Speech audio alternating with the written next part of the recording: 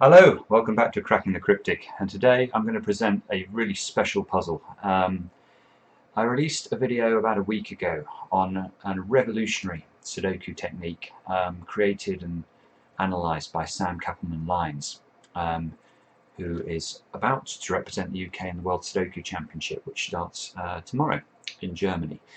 Now this was a sort of relabeling technique that enabled extremely difficult puzzles to be trivialized once you spotted a sort of rinky-dink. Now I'm going to put a card on the screen now that takes you to that video. If you look at the, I think that video's got about 20,000 views at the moment and 500 likes, which is a very, very high percentage. And the reason is that this technique is something that I think once you start to think about it, it really gets in your head. I mentioned in that video that I dreamt about this technique because it is so flabbergasting as a method of sort of, I suppose, completely changing the nature of the question that a Sudoku answers, but then using the changed question to solve the original question. It's really beautiful. Now, this puzzle on screen has been created by Sam specially to demonstrate his technique. You can see it's a beautiful looking Sudoku with symmetrical givens, seemingly a lot of givens as well. I think there are about 30 in the grid. So I invite you to have a go, but I really would also recommend don't spend too long on it if you get stuck, and you may well get stuck because it is a brutally hard puzzle to do using any sort of techniques that a human could be expected to solve. Now I'm going to show you how to solve it using Sam's technique in a moment, but the first thing I want to do is to plug this into a solver, and let's take a look at just why this is difficult. Okay, so here's I think what's generally regarded as the best computer Sudoku solver on the net. It's Andrew Stewart's site. You can find it on Google. So this is the puzzle. I've entered it. If I click on the number of solutions, you can see the puzzle has one solution, which is always a good sign, and I'll click grader, and it's having a think about it. Let's see what it says. Goodness me, it doesn't normally take this long, so yeah, okay, so there we go. You can see it's got an extreme grade.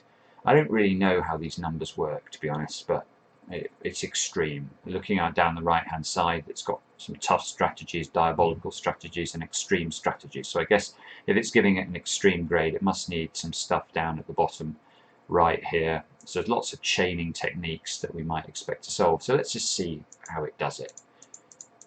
You can see I have to click take step, I think, over and over again to find some stuff. Oh, so it's already, so you can see it's done a bit of it, and now it's having to resort to chaining.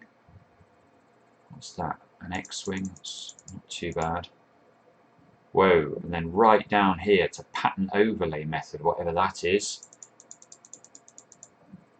More pattern overlay method, something else there, something else there, incredibly complicated grouped X cycle.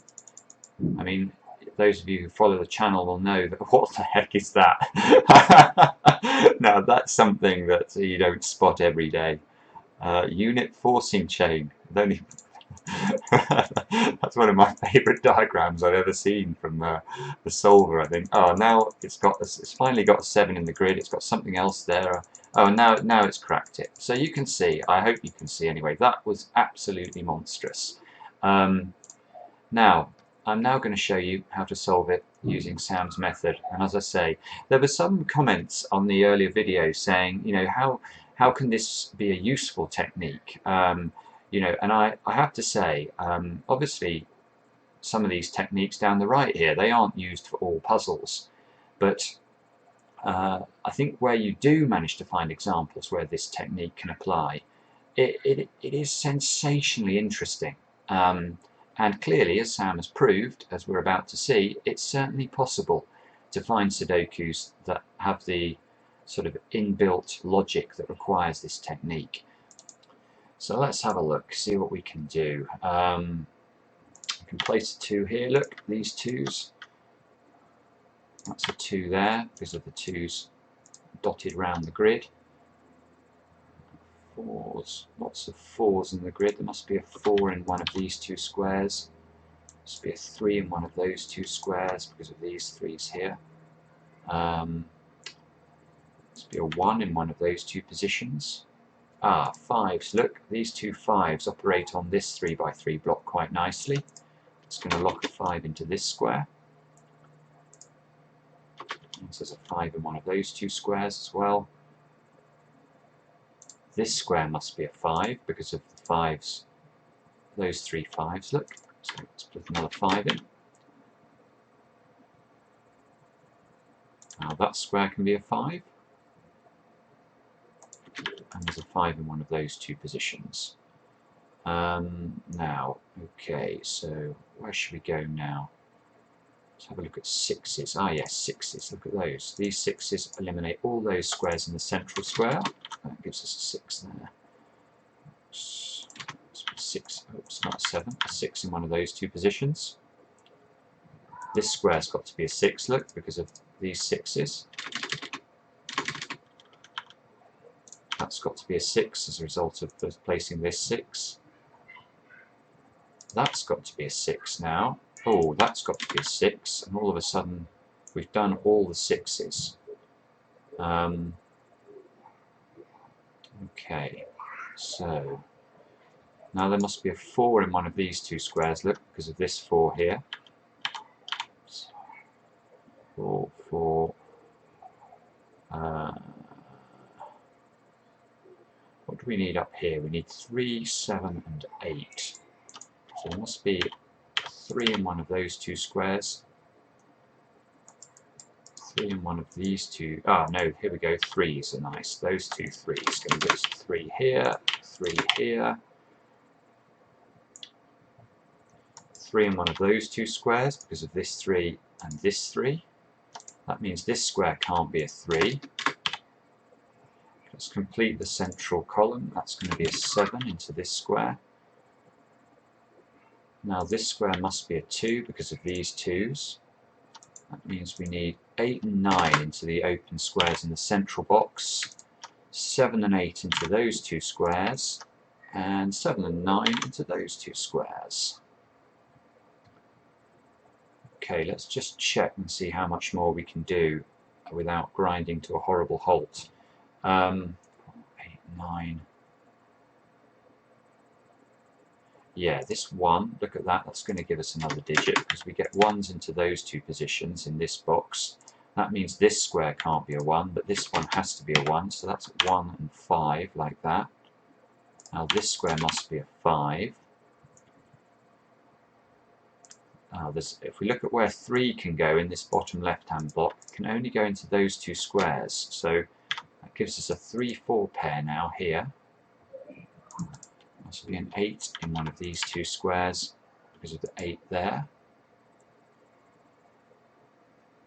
And the eagle-eyed among you will be noticing that 1's, look, we can place a 1 there.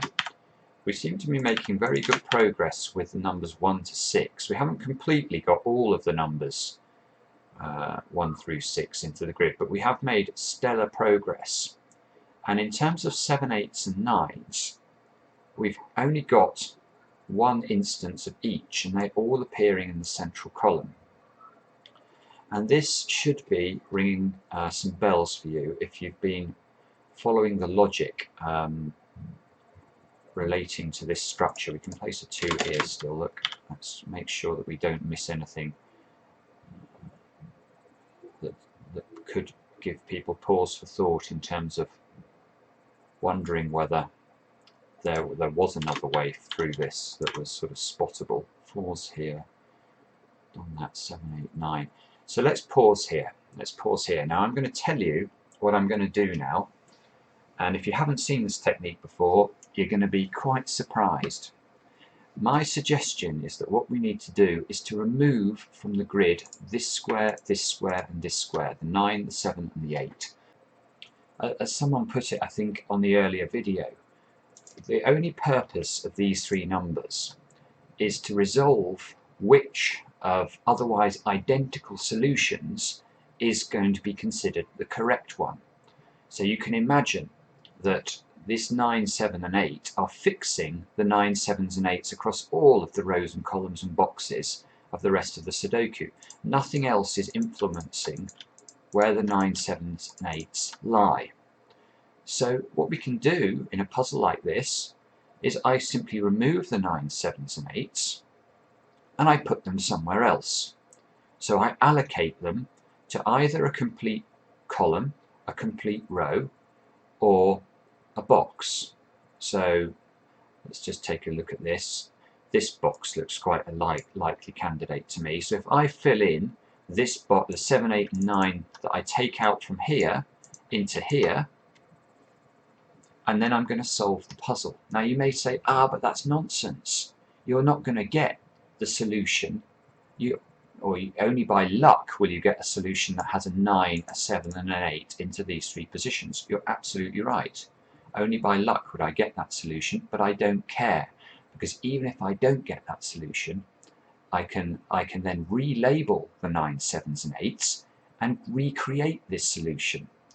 Now you may be thinking, that sounds nuts. It is a bit nuts, but let me show you what I mean.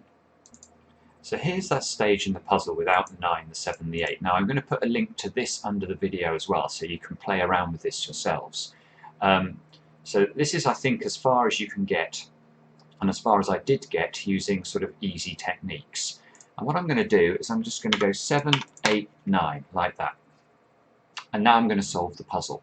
Now we know that when the 7, 8 and 9 were allocated to this column in the manner they were, the puzzle had an extreme rating on the computer solver.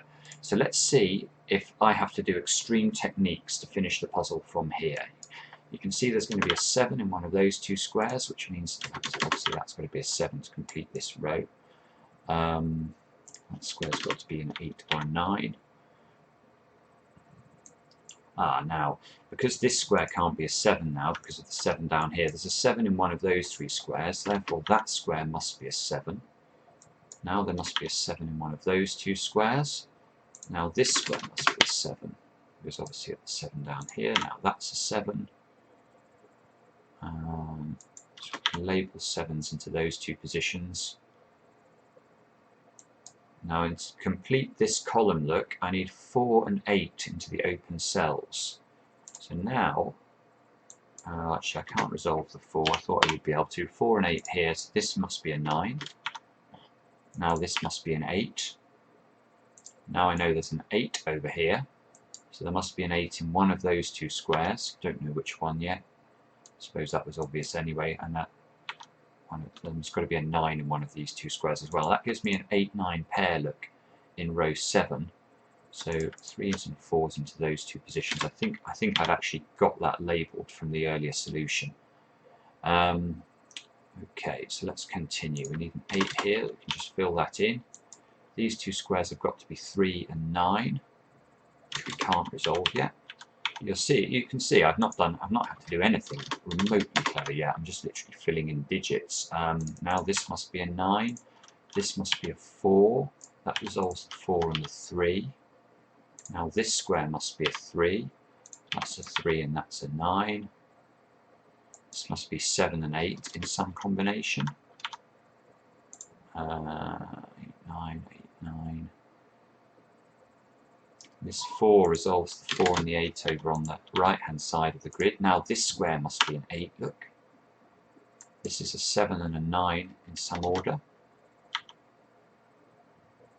Now this square must be a 7 or an 8. We still need 7 and an 8 in row 3, and there's an 8 there. So in fact that's a 7. That resolves all this 7 and 8 thing. This must be an 8 and a 9 up here. The eagle eye will see there's now an 8-9 pair in column 4. So that's got to be a 7. That must be a 9. That resolves the 9 and the 8 at the top. That resolves this 8, this 9. Finally, this is going to be a 9. This is going to be a 7. Let's check. I can't read what that says. It says, yeah. Okay, so this is the solution to the puzzle. But you may say, no, that's not right. Because actually, when the puzzle, the original puzzle was being solved, if I go back to it, you'll see we had a 9 here, a 7 here, and an 8 here. Now this time we've got an 8, a 9, and a 7. So the ordering of the 7s, 8s and 9s is incorrect. And you may say, well, that's a real problem. It's a sort of problem, but not a big problem. Because all I have to do now is relabel these digits and I will get the correct solution. It's a bit like taking the stickers off the Rubik's Cube and putting them back in the right order, which some people regard as cheating. But when we're doing Sudoku of this difficulty, it's exactly what we can do. So let's go back. I need a 9 in this position. So how am I going to get that? You can see that actually, therefore, I must relabel all of the 8s as 9s. So I'm just going to find all the 8s. There they all are. I'm going to colour them in so I don't get confused. And now I'm going to make them all into 9s. Oops. No. I want to make them into 9s. Like this. 9, 9, 9, 9, 9. The reason I'm colouring them will become clear. Because then, what was this square? This square needs to be a 7. So that means I need to find all of the 9s in my grid, i.e. the 9s that are not coloured in, and make those 7s. So let's find all of those 9s. 9, 9 and 9. Colour those in. Make them all 7s. This is so, I think this is so, what did I do there? I didn't mean to do it, whatever it was. I'll make these 7s. Okay, 7, 7, 7, 7, 7, 7, 7, 7. And finally, we know we need an 8 here. So now I can do this without colouring. I just find all the 7s that are don't have highlighting. Change them into 8s. Oops, no, not that one. I've done that one already, and that one's got to be an 8. Let's just check. There we go. And there you go. That is the solution. That is the solution to this puzzle. The 7s, 8s and 9s are now resolved perfectly.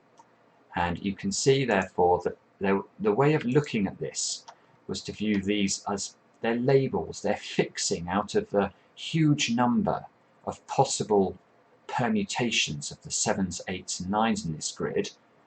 This allocation of 9, 7 and 8 to the central column was fixing which one was required to give a unique solution. We know the puzzle had a unique solution because we clicked on the solver that told us that this particular arrangement of 9, 7s and 8s locks the solutions down to 1.